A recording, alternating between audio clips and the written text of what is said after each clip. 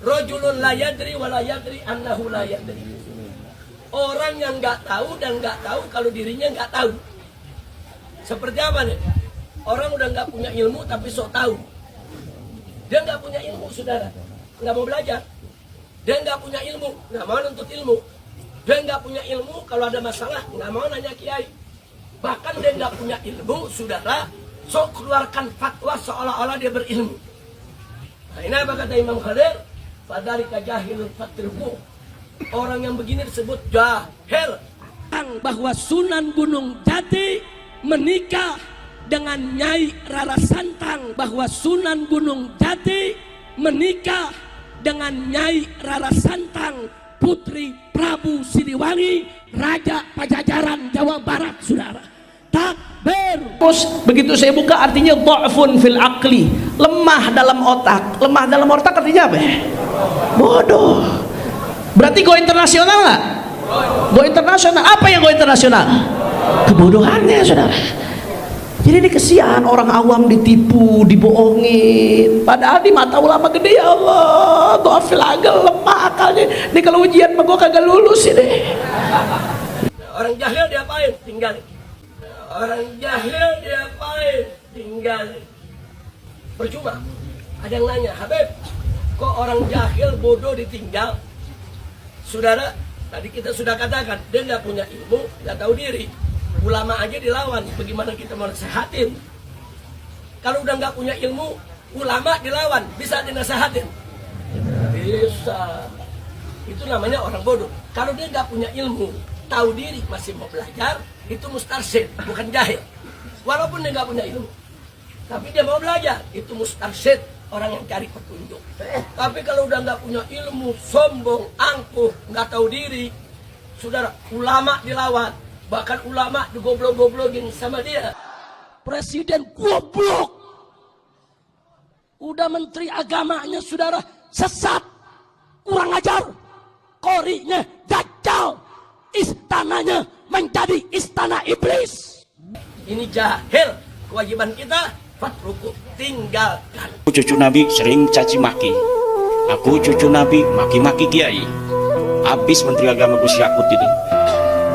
Aku cucu Nabi Mbah Hasim dibilang sejarahnya Kopingho. Itu dari klan mereka. Aku cucu Nabi tapi Gus Dur dibilang buta mata, buta hati. Aku cucu Nabi Pak Jokowi katanya anak PKI, kodok katanya.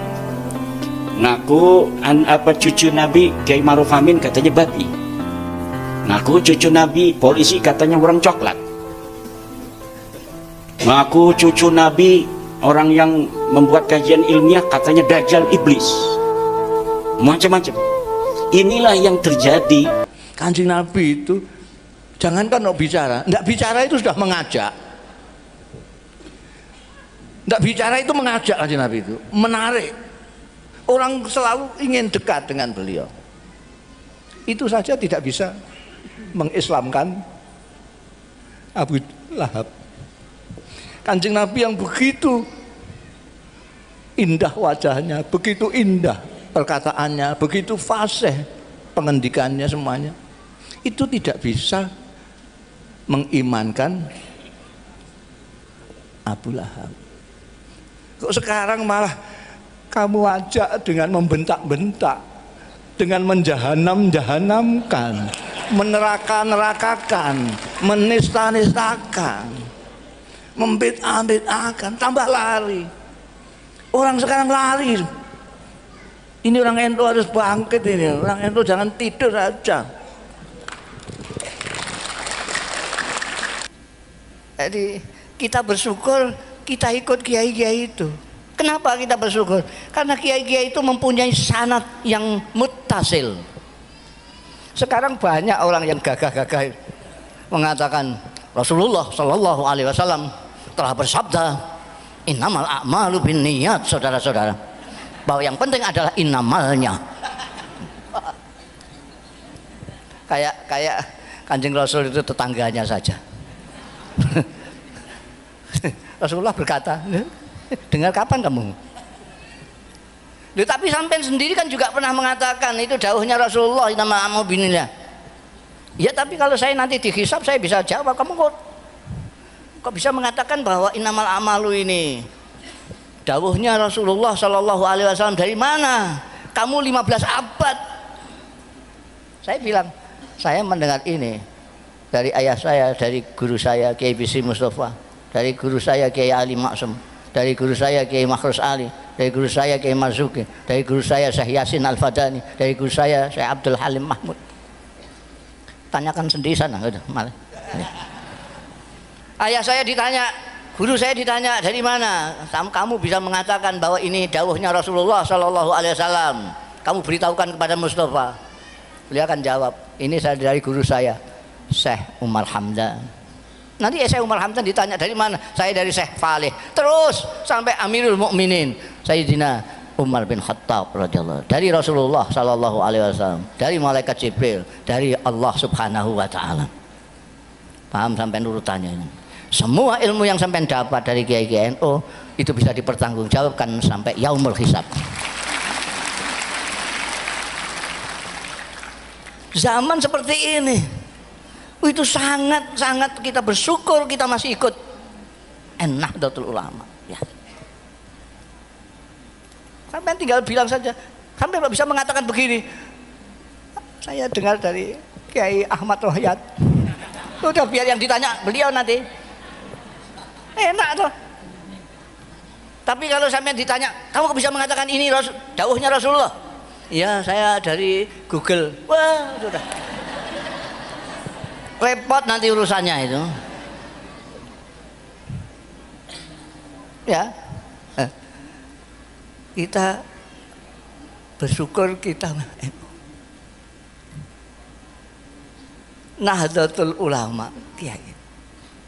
Tadi hampir saya ralat tadi, siapa namanya, NU cabang Katolik tadi mengatakan bahwa NU adalah terbesar di Indonesia. Mau saya ralat tapi dia sudah pinter diteruskan, mungkin sedunia. Ralat saya bukan mungkin, memang. Ini bukan mungkin Pak Jonas, bukan mungkin. Tahun 89 saya ditakdirkan ikut Gus Dur sama Kiai Sahal Mahfud mendapat undangan dari Darul Ifta. Darul Ifta itu suatu badan non departemental tapi langsung di bawah Raja Saudi. Waktu itu kepalanya adalah kepalanya Wahabi Saudi, Syekh bin Baz. Saya itu karena tulisan saya bagus, tulisan Arab saya itu bagus. Saya gelandangan suka dolan-dolan kalau ke Jakarta mampir ke PB gitu. Betulan Kiai Sahal, Kiai Abdurrahman Wahid, Dr. Fahmi, Saifuddin, Allah yarhamhum, mereka semua sedang ada. Mereka sedang bicarakan undangan dari Saudi. Wah ini ada Gus Mus, ada Gus Mus. Saya waktu itu gelandangan biasa lah, nggak jadi apa-apa. Oh ini ada Gus Mus, kebetulan tulisannya bagus ini. Suruh nulis balasan. Saya nulis surat balasan bahwa kita berterima kasih sudah diundang. Insya Allah akan kita bicarakan, nanti kita akan datang. Itu yang nulis saya. Ketika dapat undangan dari atase agama itu bukan di bawah Deparlu sana, tapi di bawah Darul Ifta ini. Ketika datang di sana, saya diajak sama Kiai Sahal, sama Gus Dur, sama Dr. Fahmi ini. Loh kok saya ikut ngapain? Loh nanti kalau ada yang harus ditulis-tulis lagi kan, biar tulisannya sama dengan yang masuk akal juga itu ya. Saya ikut sana, ternyata di sana itu hanya untuk menulis siapa-siapa yang akan berangkat. Terus ditulis saja Syekh Muhammad Ahmad Sahal Mahfud, Syekh Abdurrahman Wahid, Dr. Fahmi Saifuddin Zuhri. Ini siapa ini? Saya belum jawab, saya tidak ikut-ikut. Sudah dijawab sama Gus Dur. Ini Mustafa Bisri. Jadi saya ikut ke bawah. Itu saya diterbangkan takdir itu namanya. Bukan lah kan di sana itu kan resmi terima pejabat-pejabat sana itu. Saya bilang Gus Dur ini terus saya nanti itu gimana sampai mengenalkan diri sampean ketua NU. Ini Kiai Sahir Rois, ini wakil ketua NU. Lah sampean nanti kalau mengenalkan saya apa? Ya kamu juru bicara gitu.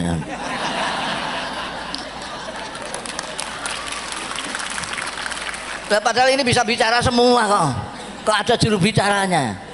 Ya tapi yang penting kan saya bisa ke Saudi Arabia, bisa ke Mekah, sudah seneng saya. Nah, pada waktu itu Jumat, kalau Jumat itu Syekh bin Bas itu tamunya seluruh dunia itu. Dia punya ruang tamu panjang sekali, isinya kursi tok untuk udah ngaji sebentar, ngaji tafsir, ada yang baca Quran, terus dia nerangkan sebentar, terus menemuin ini dari Eritania, ini dari ini, semua ditemui satu persatu, delegasi tamu itu. Kita tidak, dari Indonesia kok enggak sendiri. Wah, saya sudah mau protes sebagai juru bicara ini. Tapi dipegangi sama Dr. Fahmi, tidak usah lah, biar beliau sudah masuk ke ruang istirahat.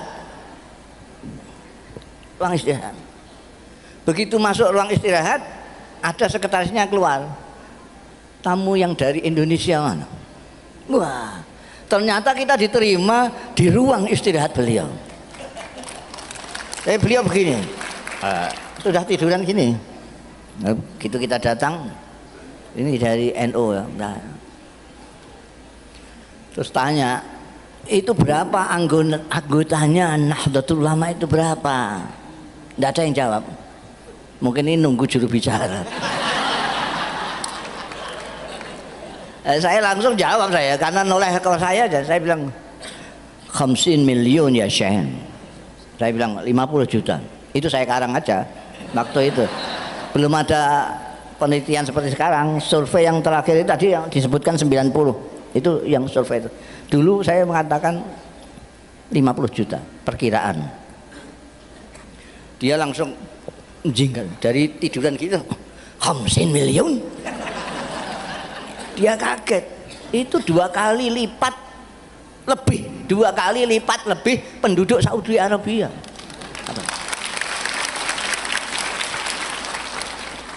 50 miliun.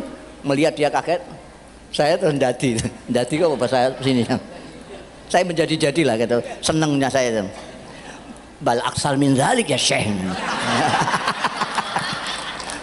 Malah mungkin lebih saya ketemu. Masya Allah, tabarakallah.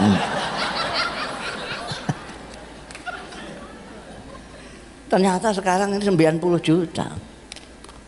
Itu berapa kali lipat penduduk Australia itu? Bisa 4-5 kali. Terbesar di dunia. Bukan mungkin. Bahkan sampai saya berani mengatakan di mana-mana. Memamerkan NU saya itu memamerkan NU di Amerika, di Eropa, di Jepang, di mana-mana saya mengatakan ini yang terbanyak di dunia. Ini yang disebut Kanjeng Nabi insya Allah menjadi sawadul azam. Alaikum bisawadil azam. Terbanyak di dunia. Dan saya sudah ngecek cara berpikir, cara memahami. Saya sudah ketemu Grand Syekh Azhar, Syekhul Azhar. Saya ketemu Grand Mufti Syria, Syekh Hasun, Grand Mufti Qatar. Semuanya pikirannya sama dengan kiai-kiai NU semua. Saya nggak tahu pikiran-pikiran yang lain itu entah siapa itu.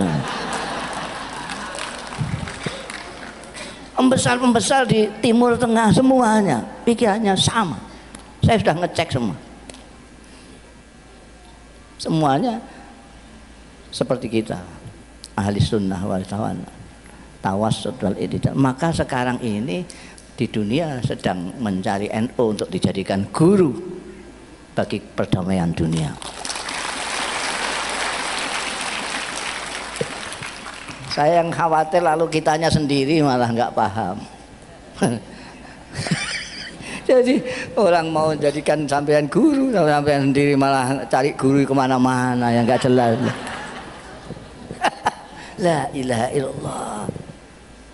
Sudah sampean mantap saja sama kiai-kiai sampean NU, udah. Itu punya jalur langsung bisa dipertanggungjawabkan ila yaumil kiamah. Kalau sampean punya ustadz lain, sampean tanya, sampean iso nanggung saya nanti sampai yaumil hisab? Kalau iya, sampean silahkan ke sana. Kalau berani. Kalau kiai NU berani. Karena dia memang mempunyai sanad betul ke sana. Jadi kita perlu bersyukur, ini hak prerogatifnya Gusti Allah juga. Ada yang anaknya kiai tidak mau di NU, ada. Ada enggak? Ada, karena enggak dipilih sama Gusti. Jangan dikira, makanya saya minta supaya bersyukur menjadi umatnya Nabi Muhammad SAW, bersyukur jadi manusia dengan menjaga kemanusiaan, bersyukur menjadi umatnya Nabi Muhammad SAW dengan menjaga nilai-nilai dan ajarannya, menjadi NU juga menjaga ke-NU-anmu, ahli sunnah wal jamaah. Salah satu sikap dari NU, makanya lain tadi kan bersemangat hari ketua sampean itu kan NU NKRI harga mati. Kenapa begitu? Lu karena apa namanya? Sampean nggak kenal Hadratus Syekh Hasyim Asy'ari, biasanya fotonya ada ini, itu yang ini. Saya itu sudah agak lama menemukan dan sudah saya terjemahkan. Saya menemukan buku karangannya seorang penulis dan wartawan Arab yang pada waktu revolusi di Indonesia, dia memang di Indonesia untuk mengcover jalannya revolusi di Indonesia. Dia punya buku dan saya menemukan buku itu yang dalam terbitan Kuwait berbahasa Arab. Judulnya menarik. Judulnya itu Al-Allamah Muhammad Hasyim Asy'ari, Wadi'u Labinati Istiqlali Indonesia. Itu terjemah harfiahnya adalah Maha Guru Muhammad Hasyim Asy'ari, peletak batu pertama kemerdekaan Indonesia. Itu buku karangannya Said Asad Muhammad. Sudah saya terjemahkan, silahkan cari di toko-toko. Jadi ajaran dari kiai-kiai NU itu karena ikut mendirikan Nahdlatul Ulama, itu ikut mendirikan negara kita ini, maka orang NU itu saya selalu mengatakan adalah orang Indonesia yang beragama Islam, bukan orang Islam yang kebetulan di Indonesia. Orang NU itu bukan turis. Orang NU itu adalah orang Indonesia yang beragama Islam, bukan orang Islam yang kebetulan di Indonesia. Dulu ada namanya Azhari, ada namanya M-Top yang ngebom Indonesia. Mungkin masih bisa dimaklumi ya, karena dia bukan orang Indonesia. Jadi kalau Indonesia hancur dia nggak merasa rugi, nggak apa, dia bukan orang Indonesia. Tapi kalau sampean mau merusak Indonesia, wah, tak lawan kamu. Ini rumah kita bersama, harus kita jaga bersama. Jadi itu tadi sudah kita bersyukur karena manusia dengan menjaga kemanusiaan kita, bersyukur menjadi umatnya Nabi Muhammad Sallallahu Alaihi Wasallam dengan menjaga nilai dan ajarannya Nabi Muhammad Sallallahu Alaihi Wasallam, bersyukur menjadi orang NU dan melaksanakan ajaran-ajaran NU. Ada lagi satu lagi, belum jam 2.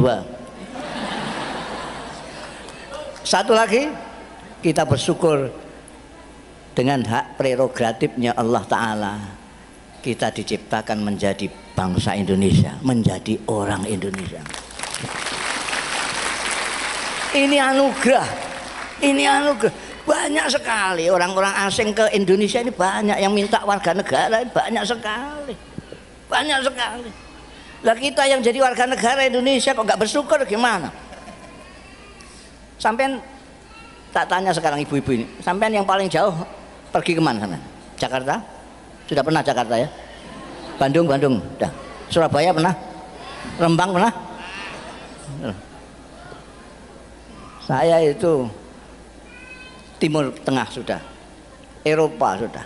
Eropa itu mulai Jerman sampai Spanyol, Amerika sudah, Jepang sudah, Korea sudah, Hong Kong sudah, Taiwan sudah, mana-mana. Setiap kali saya di negara-negara itu yang teringat adalah Indonesia. Kenapa? Kenapa? Karena di sana itu tidak seperti di sini. Di negara-negara itu kalau panas kita tidak tahan panasnya. Kalau dingin tidak tahan dinginnya. Di sini paling panas kemarin itu, paling panas itu 36. Kemarin itu saya lihat ketika panas sekali itu 36 derajat. Saya di Mesir pernah mengalami 50 derajat. Semua yang saya pegang panas sekali. Kalau naik bis pegangan ini panas. Ini panas. 50 derajat. Kena angin panas. Kalau di sini panas, kita berlindung di bawah pohon sudah tidak panas.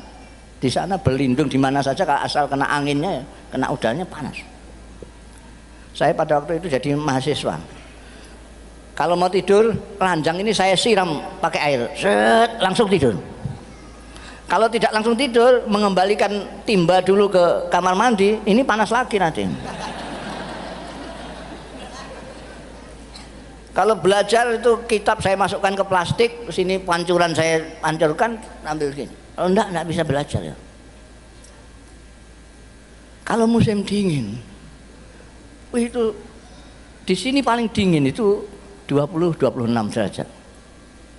Itu pada waktu saya di Jerman itu 6 derajat di bawah 0. Itu masih 6 derajat, ada yang 20 di bawah 0 segala macam. Ini situ sudah keluar darah, selimutan itu keluar, jarinya sedikit gitu. Oh ini udah gemetaran sendirian. Di sini ya Allah, saya di Mesir itu sama kawan-kawan nyewa lapangan sepak bola itu mahal sekali, hanya untuk seminggu sekali. Itu pun seringkali prei tidak boleh dipakai latihan sepak bola. Alasannya karena rumputnya sedang disirami. Di sini ini rumput malah ditebangin. Di sana rumput disirami. Di Indonesia ini akar itu bisa dibuat getuk. Tahu getuk? Akar bisa dibuat getuk.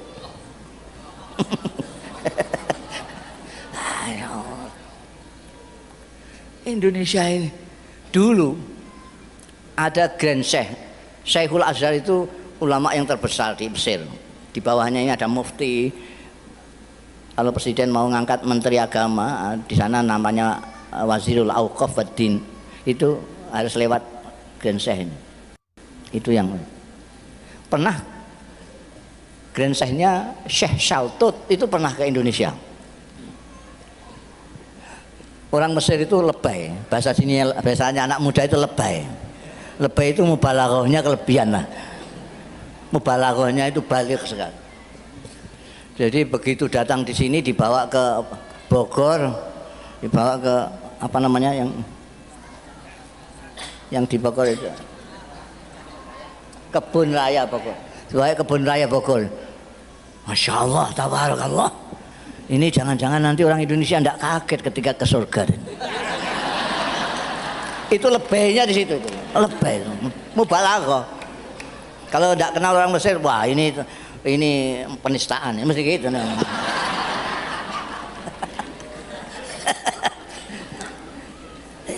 Masya Allah. Hadhihi qit'atun minal jannah. Indonesia hiya qit'atun minal jannah. Indonesia adalah sekelumit pecahan dari surga. Syekh Shaltut dari alamnya, dari udaranya, dari orang-orangnya. Dulu itu terkenal sekali orang Indonesia itu, di mana-mana dihormati karena apa? Karena keramah tamahannya. Di Indonesia tidak kenal itu menegur kok. Dari mana Bu? Enggak kenal tapi negur. Di mana-mana enggak ada, Bu. Di kita ini negur. Sampai di Magelang sana itu, wah sudah dihampirkan, mari hampir. Enggak tahu belakangan ini kenapa. Kalau bahasa Jawanya kesambet. Kesambet di sini ya. Entah kesambet apa itu. Sekarang kok tiba-tiba menjadi sangar begini orang Indonesia. Beragama saja itu, ya Allah, NU itu ikut Kanjeng Nabi mengajarkan Islam yang ramah. Kanjeng Nabi Muhammad Shallallahu Alaihi Wasallam menyontohkan diri beliau. Kanjeng Nabi itu sampean nggak kenal Kanjeng Nabi. Kanjeng Nabi itu jangankan mau bicara, nggak bicara itu sudah mengajak. Nggak bicara itu mengajak Kanjeng Nabi itu, menarik. Orang selalu ingin dekat dengan beliau.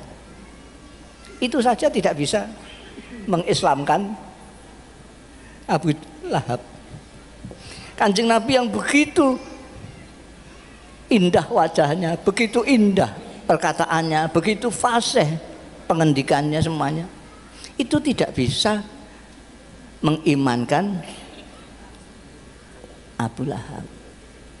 Kok sekarang malah kamu ajak dengan membentak-bentak, dengan menjahanam-jahanamkan, meneraka-nerakakan, menista-nistakan, membid'ah-bid'ahkan, tambah lari. Orang sekarang lari. Ini orang NU harus bangkit ini. Orang NU jangan tidur aja.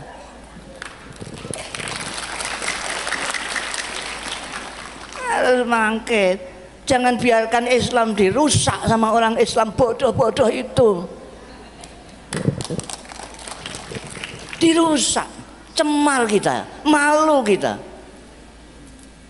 Dulu semua orang menghargai Islam karena kiai-kiai kita memang menampilkan Islam dengan tampilan yang indah. Kiai-kiai tidak ngomong saja, bahkan ada kiai yang tidak ngomong, tapi perilakunya yang ngomong. Kiai-kiai pesantren dulu punya kasih sayang kepada umat. Itu tadi saya katakan yang zuruna ilal ummah bi ainir rahmah. Karena kasih sayangnya kepada umat, tidak tahannya melihat umatnya itu kesasar-sasar, beliau itu membantu mereka membacakan Al-Quran, memahami Al-Quran, kemudian mengamalkan Al-Quran supaya terlihat oleh umatnya yang awam yang tidak baca Quran ini. Oh begitu itu Quran ini.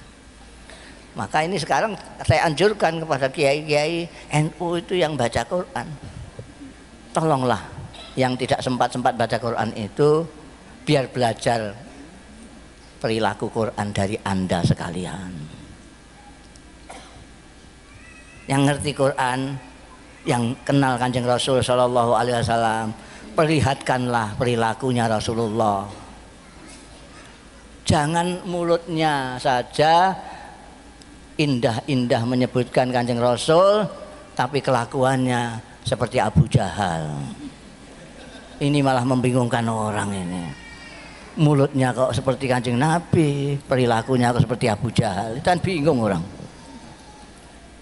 Kalau tidak ya diam saja. Itu ngaco itu. Gurur karena banyak followernya. Karena banyak yang ikut, dia merasa benar, itu salah. Benar dan salah itu bukan karena banyaknya pengikut, tapi nalar atau tidak. Ibu-ibu bapak sekalian, sudah jam 1:30. Jadi tadi bersyukur, sudah tadi bersyukur semua ya, bersyukur.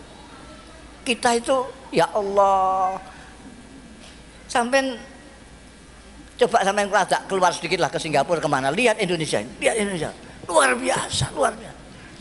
Ada negeri kok seperti ini, orangnya berbeda-beda semua. Saya itu tidak bisa bahasa Sunda, Sampean tidak bisa bahasa Jawa, tapi kita bisa komunikasi. Kita bisa komunikasi dengan baik. Di sana ada orang Batak, di sana ada orang Madura, di sana ada orang Bugis, macam-macam. Kita bisa komunikasi dengan mereka. Sampai datang agak ke situ sebentar, ke Filipina. Filipina itu seperti kita, banyak suku-suku, banyak etnis ini. Tapi bahasa Tagalog yang ingin dijadikan bahasa nasional itu belum jalan sampai sekarang. Sehingga dari kampung ke kampung orang tidak bisa komunikasi karena bahasanya lain. Kita kok nggak bersyukur gimana? Sekian ribu pulau-pulau, sekian banyaknya etnis, kita masih bisa berhubungan. Makanya NU pada waktu zaman Rais Am Kiai Ahmad Siddiq melanjutkan dari pendahulu-pendahulunya, merumuskan, sebetulnya sudah ada, cuma dirumuskan saja. Ada rumusan khitoh, ada rumusan ukhuwah nahdiyah, ukhuwah islamiyah, ukhuwah watoniyah, ukhuwah basyariah atau ukhuwah insan. Ini berurutan. Kalau sampean ukhuwah nahdiyah saja tidak bisa. Ya tidak bisa ukhuwah islamiyah, tidak bisa. Ukhuwah nahdiyah aja tidak bisa kok. Kalau ukhuwah nahdiyah saja nggak bisa, ukhuwah islamiyah. Kalau ukhuwah islamiyah saja tidak bisa, bagaimana ukhuwah watoniyah? Kalau ukhuwah watoniyah tidak bisa, bagaimana mau ukhuwah insaniyah, basyariyah? Tidak bisa. Itu tingkat yang paling tinggi. Dulu itu NU, yainya bisa semua. Sisa-sisanya Laskar Padang itu, Gus Dur itu tidak ada. Semuanya persaudaraannya manusia. Itu yang tertinggi. Kullukum min Adam, ma Adam min turab.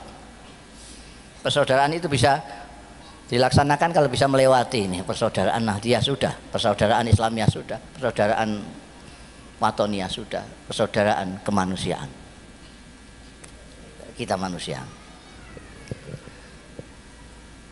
Yang terakhir karena sudah 1:30. Jadi apa namanya, tetaplah antap saja Anda di NU Nahdlatul Ulama.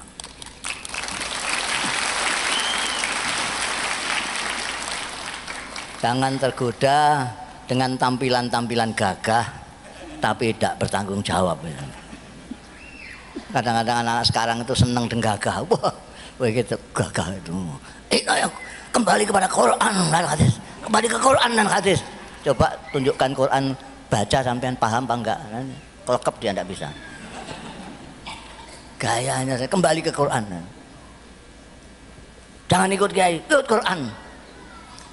Ini sombong sekali dan tidak punya rasa rahmah. Lain dengan ulama-ulama kita. Dari dulu ulama-ulama kita itu sangat perhatian, peduli kepada masyarakat. Sehingga sampai rakyat tidak dibiarkan untuk melihat Quran sendiri, istimbat Quran sendiri tidak bisa, wong rakyat jelata kok. Mereka yang istimbat, mereka yang ngambil dalil-dalil, mereka bikinkan buku pintar untuk orang-orang awam supaya segera dapat sholat.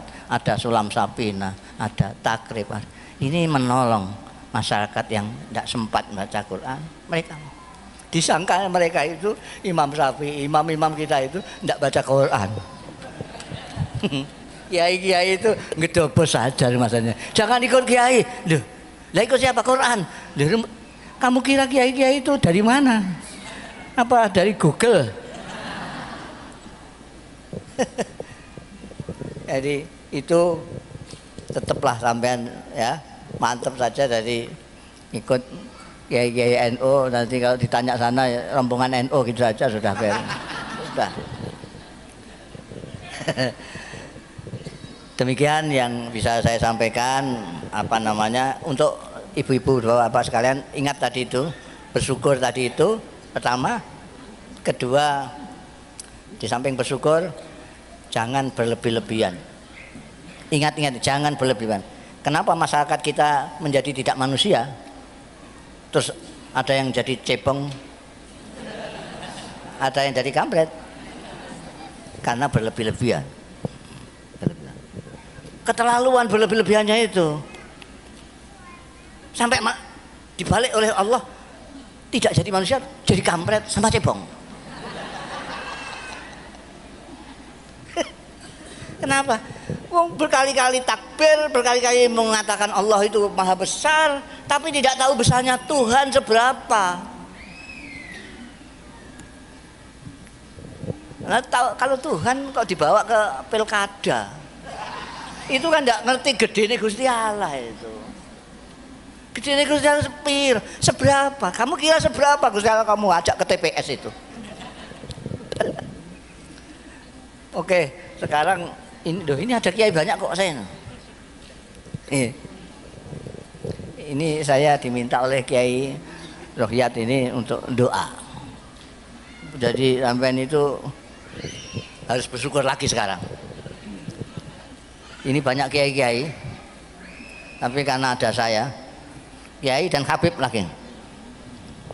Ini karena ada saya, mereka nggak pede untuk doa itu.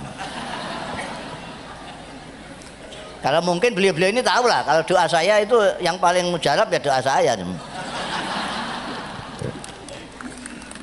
Ini sudah terbukti di mana-mana.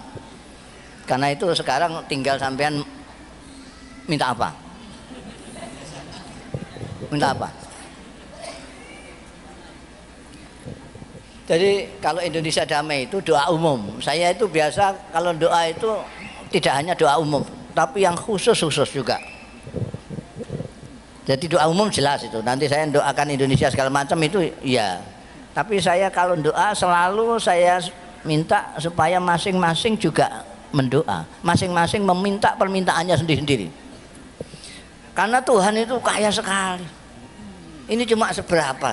7,5 miliar minta semua kepada Allah Ta'ala. Diberi semua oleh Allah Ta'ala. Kekayaan Allah tidak berkurang sama sekali. Kecuali seperti halnya jarum sampai celupkan ke lautan, kamu angkat yang basah-basah ini yang diberikan 7,5 miliar dan kekayaannya Tuhan masih satu lautan itu, kaya sekali. Jadi sekarang minta apa? Biasanya kalau saya berdoa di mana-mana, dan memang saya sekarang profesinya doa. Karena sudah terkenal doa saya itu mujarab, jadi sudah tidak ada tausiah segala macam begini nih, langsung sudah doa aja. Cuma Kerawang aja yang belum dengar ini. Jadi kalau biasanya saya ajak membaca Fatihah satu kali. Ini kalau anak-anak muda yang biasa buka YouTube tahu. Saya kalau doa saya ajak jamaahnya membaca Fatihah sekali. Tapi Iyyaka nasta'innya 11 kali. Iyyaka nasta'innya 11 kali. Fatihahnya sekali. Dalam Anda sekalian baca Iyyaka nasta'in 11 kali itu sambil di sini apa bahasa Indonesianya ngerentek no. Di sini ngerentek bahasa Jawa, di sini ini dianukan. Anda memohon kepada Tuhan dalam hati ketika membaca Iyyaka nasta'in itu. Iyyaka nasta'in, ya Allah, saya punya utang 5 juta. Mudah-mudahan segera lunas. Iyyaka nasta'in. Iyyaka nasta'in, ya Allah, saya kepengen punya rumah sendiri. Ini bertahun-tahun ikut mertua saja. Iyyaka nasta'in, ya Allah, saya ingin buka warung, mudah-mudahan warung saya laris. Itu Iyyaka nasta'in sambil permintaannya masing-masing. Sekian banyaknya kan tentu beda-beda lah permohonannya. Ini mumpung saya yang doa, sampai pergunakan kesempatan ini untuk memohon kepada Allah apa yang Anda paling inginkan saat ini. Iyyaka nasta'in, ya Allah, mudah-mudahan saya segera bisa naik haji, ya bangsa gitulah. Sudah ya? Paham ya? Itu. Kalau misalnya punya hutang, ya hutang yang 5 juta ke atas lah. 5 juta. Ini yang doa saya. Ya. Masa 100.000 aja saya yang doa. kebesaran yang doa itu. Ya, kalau sudah mari kita pasti dikabulkan, pasti. Kok sampai tidak dikabulkan oleh Tuhan, itu kemungkinannya cuma 3. Kemungkinan pertama, Anda tidak percaya sama saya. Masa begitu doanya mandi, doa saya mujarab gak percaya. Ya mujarab betul. Kemungkinan yang kedua, itu permintaan sampean mustahil. Permintaan yang mustahil, misalnya ini kok kabar-kabarnya akan ada reshuffle menteri ya ini. Ini kalau diganti itu saya mudah-mudahan. Ya meskipun itu apa saja mungkin ya, tapi kan itu ya mustahil lah itu. Yang ketiga, permintaan sampean itu apa namanya kurang pas. Jadi Tuhan itu baik sekali dengan kita. Kalau doa kita itu tidak pas, karena kecenderungan kita kan doa asal minta saja, asal minta.